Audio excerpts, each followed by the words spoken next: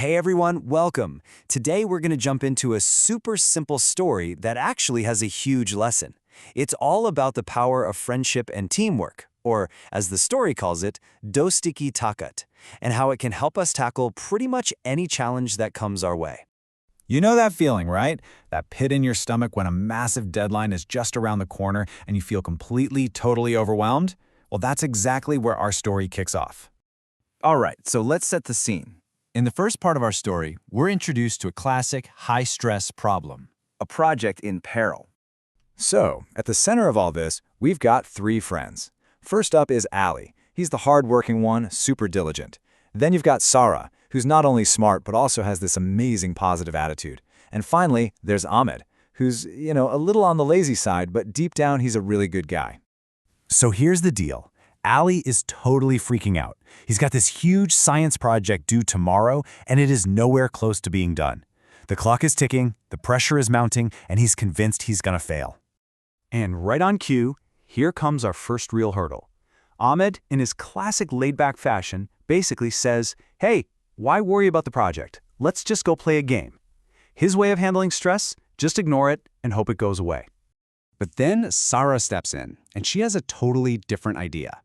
Instead of avoiding the problem, she sees a way through it. Her suggestion that they all work on it together, well, that's the moment where everything starts to change. Okay, so that brings us to the next part of the story, the teamwork solution. This is all about the how they actually pulled this off and turned a near-certain failure into a major win. And this is the really cool part. They didn't just stumble through it. They were super smart about it. Sarah, our strategist, takes the lead on explaining all the tricky science stuff. Ahmed, and this is a great twist, actually gets his hands dirty and builds the model. And Ali, our hard worker, does what he does best and handles all the writing. It's perfect. They each played to their strengths. And really, this is the perfect example of what teamwork is all about. It's not just a few people working in the same room, it's when their combined effort creates something amazing, something more effective and efficient than anything they could have managed on their own. And the result was instant. You can just feel the relief from Ali here. That impossible mountain of work that was stressing him out just a little while ago, suddenly it felt not just possible, but actually easy, all because they were in it together. But what's really fascinating here is the change we see in Ahmed. I mean, this is the same guy who started out saying he didn't get science and wanted to ditch the project. And by the end, he's admitting that he actually had fun.